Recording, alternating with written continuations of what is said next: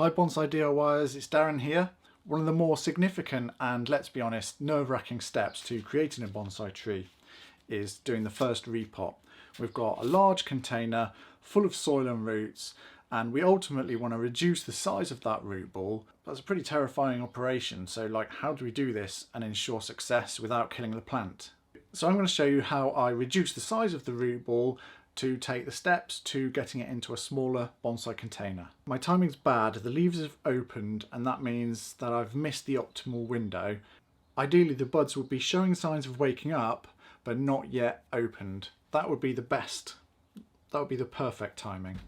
So why do we want to reduce the size of the pot? Why am I going to come in and start messing with the roots? Why don't I just train it as a bonsai in this container? There are three main reasons why we want to reduce the size of the root ball. The first reason is aesthetics. We're trying to create a miniature image of a tree, and the size and shape of the container has an impact on how believable that miniaturization is. So if we've got what looks like a tiny tree in a huge barrel, the barrel swamps the tiny tree and spoils that sense of perspective that we get. On the other hand, if you've got our bonsai in an appropriately sized container, it enhances that sense of scale. The second reason is we want to encourage a mature growth habit in the plant. We have different goals in bonsai. We're not just seeking to maximize growth so that we can sell this plant for as much as possible to people who want to fill a hole in their garden. No. We're creating a piece of art.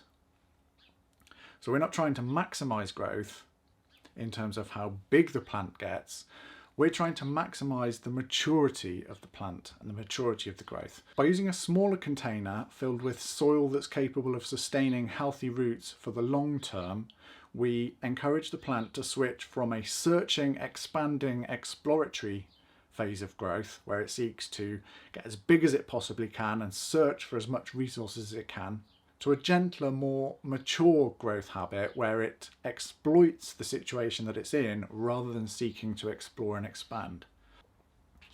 Which leads me on to the third point. The soil in these containers is designed for low cost, low input, maximum growth. It's not designed for long-term plant growth. So over time this soil is going to degrade, it'll become finer and finer, it'll hold more water with less room for oxygen, and these conditions are bad for roots. In the nursery industry, they would take the plant out of this pot when the soil is spent, put it into a larger container with some fresh soil around the outside. The plant will expand into that fresh soil and hopefully someone's going to buy it, put it in the ground, and then the plant will be able to go wild with the ground soil. But we aren't growing our plants with the view of putting them into the ground. So we need all of the soil to be able to sustain healthy root growth. That means we don't want soil that breaks down. We want soil that holds water but not more and more water. We want it to supply oxygen to the roots so that they don't become anaerobic and die. By setting up these conditions, the plant will come to the realization that it doesn't need to expand and expand. Instead, it would be much easier to relax into its environment and take on a more leisurely growth habit. That means slower foliar growth. It might focus more on flowering. The growth will be finer, more manageable. You'll get better bark development. In other words, all the things that make it look and act like an older tree is what we get by using a bonsai sized container and bonsai soil that can maintain healthy root growth for a long period of time. What are my goals with this plant then? The trunk of my plant is already at a state of development where I think I can use it for bonsai. I don't need to grow it thicker, longer. I'm not going to do any trunk development. The trunk is what it is. I don't need to do any more. So I don't need strong, robust, lengthy growth. Now my goal is to slow the plant down so I can start miniaturizing its appearance. I don't necessarily want to go from this size container, bang, straight into a small pot. That's going to jeopardize the health of the tree, especially because I'm late. but I want to take steps towards that goal of having a bonsai tree in a bonsai container. I want to search for any root structures that add interest to the design as a bonsai tree. So I'll go from the top down, searching for any roots. We want that root base or that nabari.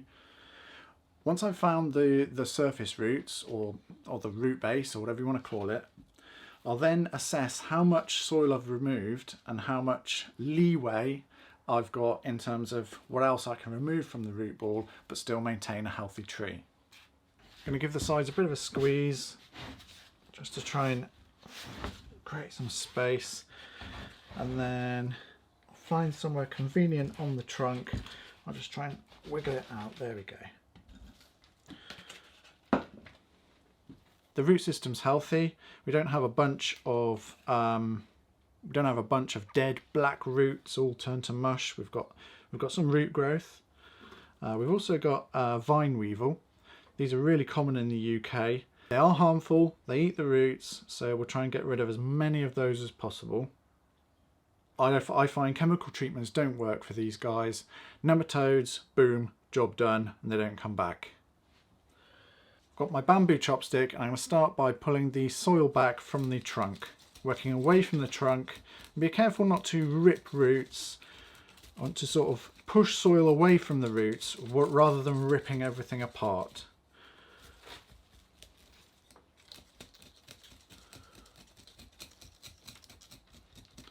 Obviously doing this there's going to be some root damage, but I want to keep it to a minimum. You know, my goal here isn't to damage the roots. My goal is to reveal these thicker structural roots rather than ripping everything to shreds. So I'm going to work away at it with that in mind.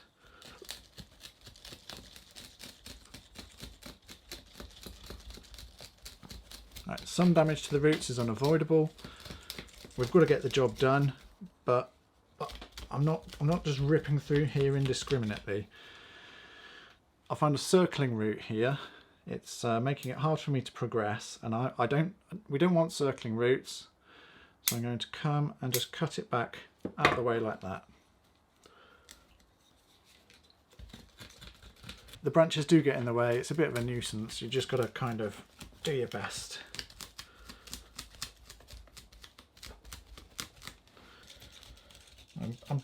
I'm being quite gentle with the chopstick. I don't want to damage any bark or anything like that. This is a laborious task. It's not the most enjoyable aspect of bonsai. It's exciting because you get to see what's under the soil, but in terms of actual labour, it's not the most fun.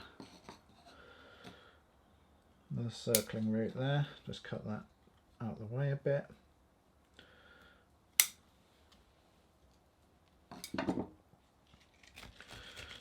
It's important not to go too wild cutting roots. So just cut the roots that you have to because they're impeding your progress or they're obviously not desirable. Desirable roots grow away from the trunk. Undesirable roots go around and around and across at all sorts of angles.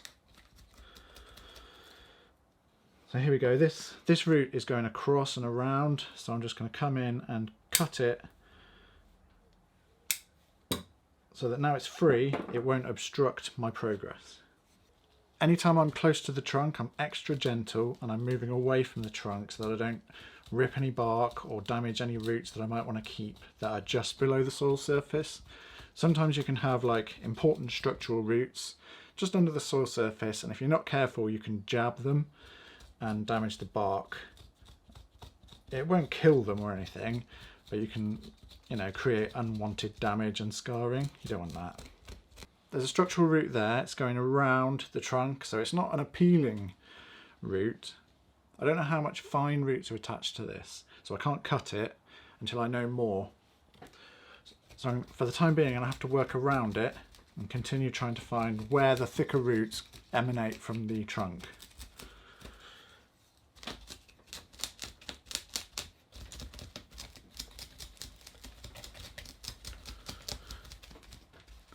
If you feel like you're taking a lot of soil from the top, don't worry, they tend to be planted quite deeply, so the interesting features for bonsai can be like in the bottom half of the pot. Just keep going from the top down.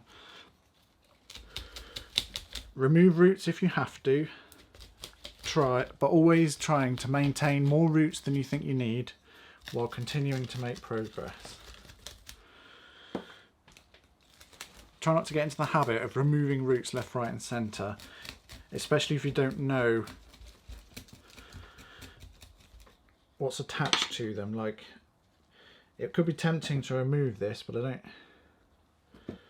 don't know which direction it's coming from. You know, where is it attached to the trunk? Don't know how much fine feeder roots might be attached to it. So I need to be cautious. Okay, it seems to be coming from all the way around here. So just that one little cut's going to help me make progress. And although it doesn't seem good to be cutting roots, by cutting it and moving it out of the way, I can make progress with less damage than if I'd have kept it intact.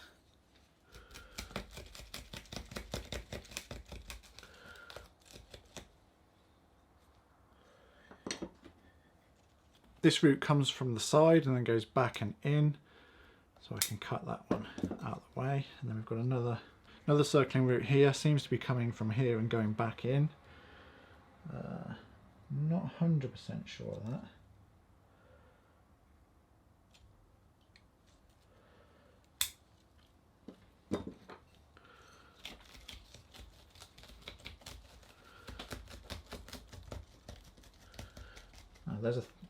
There's a thick root there, look. That thicker root again is circling, so it's not ideal. But if I were to cut this, I risk cutting off way more than I bargained for because I don't know what's attached to it.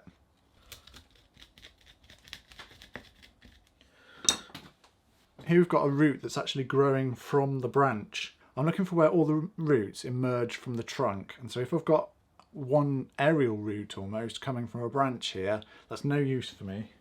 It's just going to be in the way, so I'll cut it off.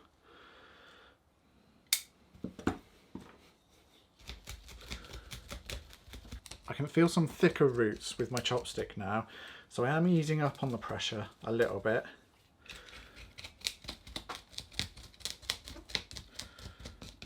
Starting to find some thicker roots in this area, so that's a sign that I've gone down as far as I need to for the time being. I'll work on a different area now, see what else we can find.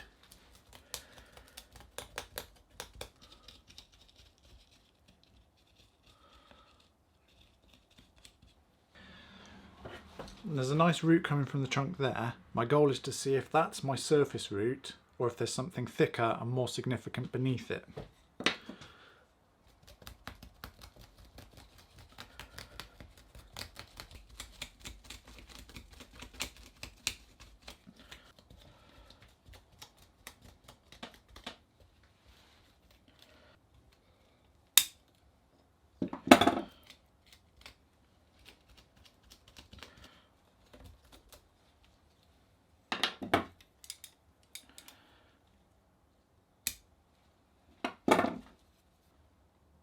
Here there's a root, and there's a thicker root here, and there's a thicker root to the side of it as well that comes down and then back across. So although there's nothing in a really good position near this root here, it's kind of high, so I am going to remove this one. I wonder what this one's doing next.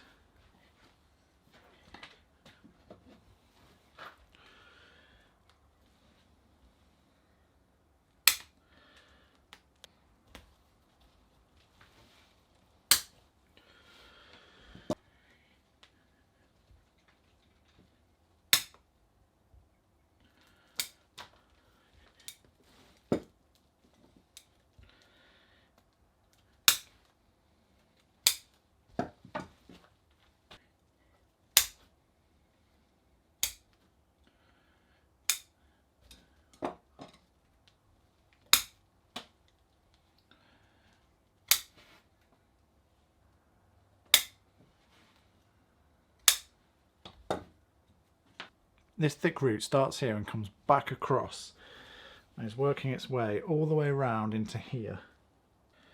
Right, I'm going to bite the bullet and cut it off as best as I can. Oh, it's quite thick. Try not to damage other roots.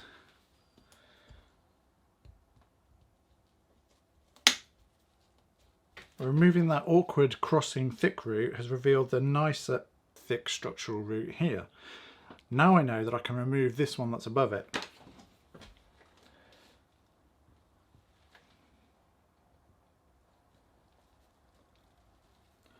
I can try anyway.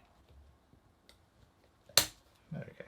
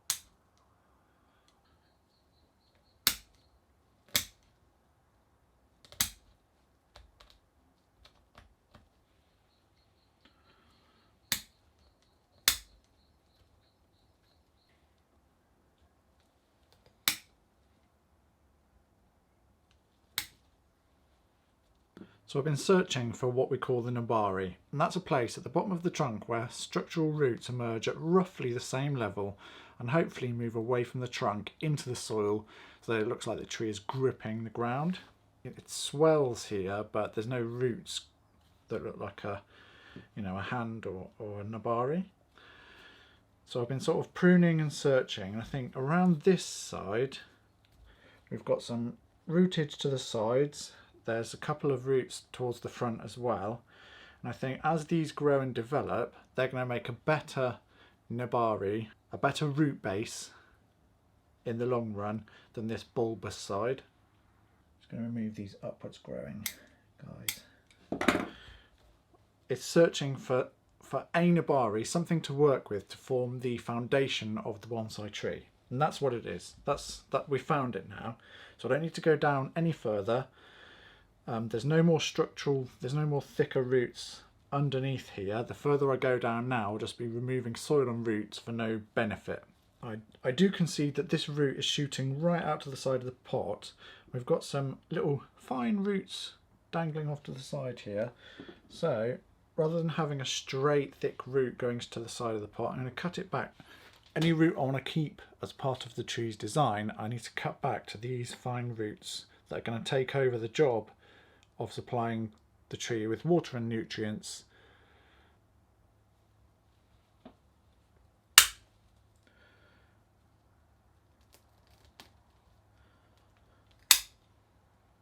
Now the next step is to reduce the depth of the root ball from the bottom to a level that allows us to use a sensible sized container while still leaving enough roots to ensure the survival of the tree.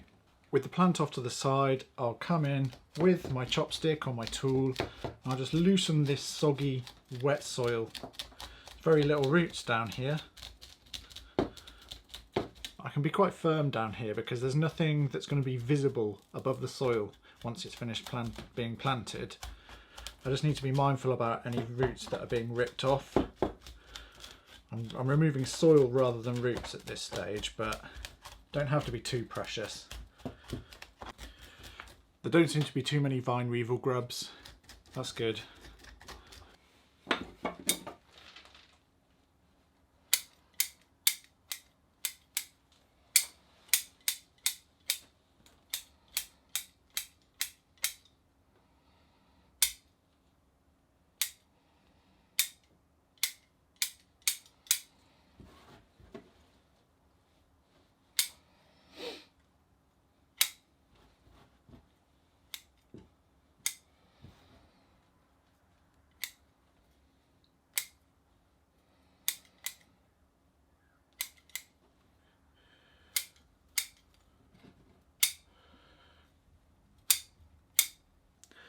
So now we've come down from the top and up from the bottom. Now let's deal with the sides. The sides are going to have a lot of circling roots, but we need to open the roots out so they can establish in some new soil. We do want to minimise how much we remove because we have done a fair amount of work. I come in with my chopstick and loosen the sides. Anywhere there's resistance, I'm easing off on the pressure. I don't want to pull the root off the plant, I want to pull the soil from the root. And having loosened the root, then I'll come in with the shears, with the scissors, and make some decisions. Make conscious decisions rather than trusting the rip.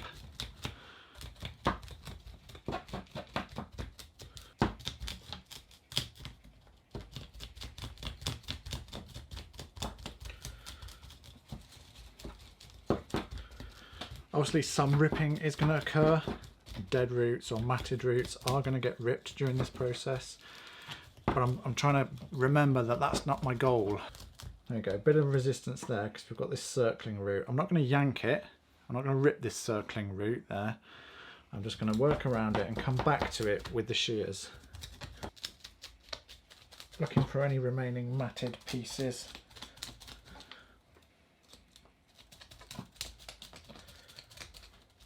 Now with the scissors I'll address any circling roots.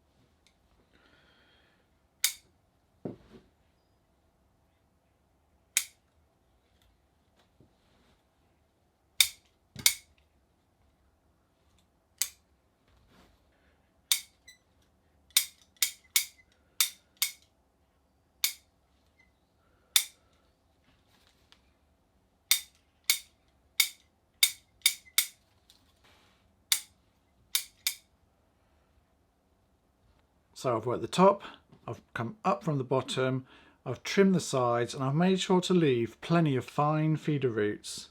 And I don't want to keep going and going and going until there's no fine roots left. I've just done enough work to reduce the size of the root ball. I could probably make this even smaller, but because the tree's leafed out and the timing's bad, I'm leaving the root ball bigger. You also might choose to leave the root ball bigger, just to be, just to allow for any margin for error. Now, our goal is to get this into a pot that's about this size and about that deep. But if I do all that in one go, the chances of it surviving the operation are much lower than if I do it in stages. So I've reduced the root ball this time, and then in 1-2 years time I'll come in and reduce it more when the tree's healthy again. I think if you take this patient approach and give the tree a chance to respond and recover, your chances of success are much greater. It just happens on a slightly longer timeline.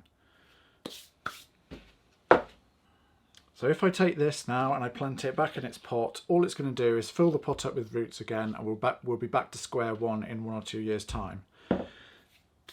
It's not ready for a bonsai container. What I'm going to do is I'm going to reuse this container and I'm going to cut it down to size. That's better. I want to be able to have some soil underneath, and I want the pot to hold enough soil to cover up the future nabari. So really all I'm doing is cutting the pot to make room for the branches. I'm not going to make it super shallow.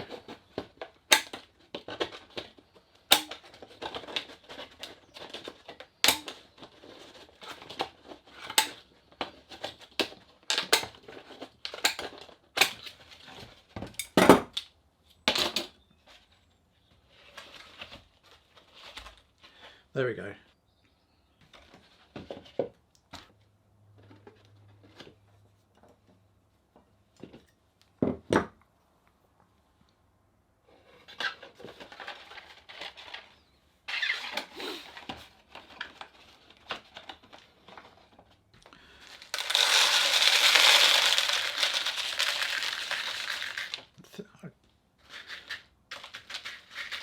Thin layer of soil at the bottom.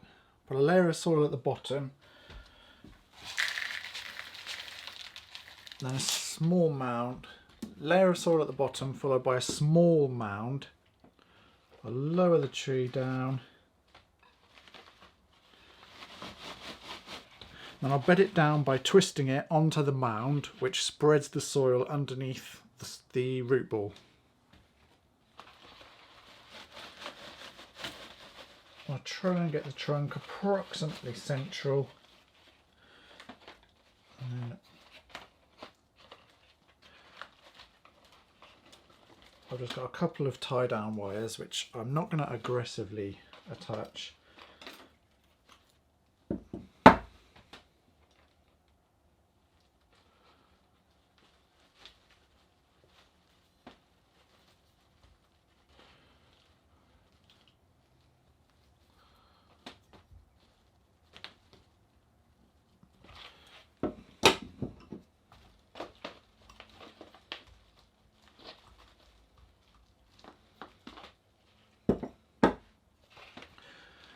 The tie down's snug but not digging in.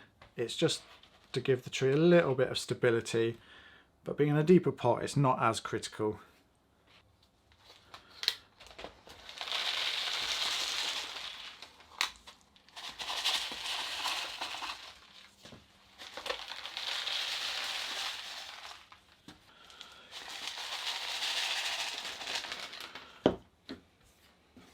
With the soil piled quite high at the sides, I'm just going to use a stick to tuck it all in and push it down. At first the stick goes in quite easily, and then as I tamp it down it becomes firmer. That's when I know that the chopstick has done its job.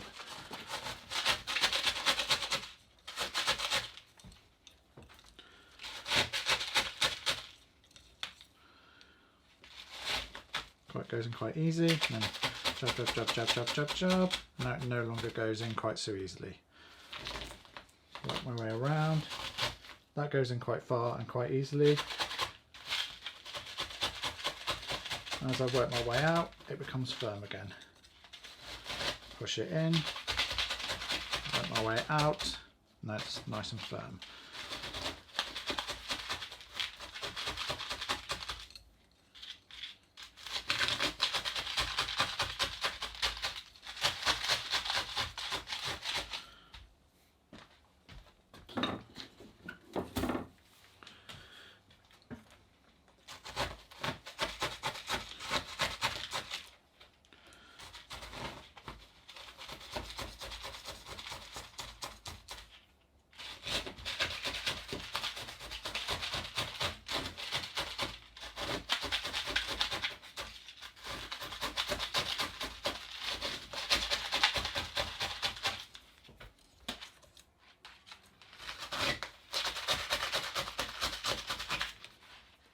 It's a year later now. The camera battery ran out without me noticing, but I'd pretty much finished the repot. All I did then was water it in and leave it to recover.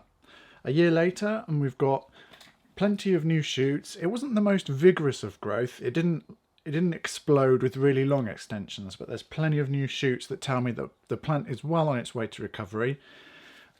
Feeling the pot, it's absolutely solid, so I know that there's a really good amount of roots in there. I can actually see the new leaves are starting to open, so now is the absolutely perfect time to do the initial styling. When we did the repot, I just cut the branches back to make it easier to manage.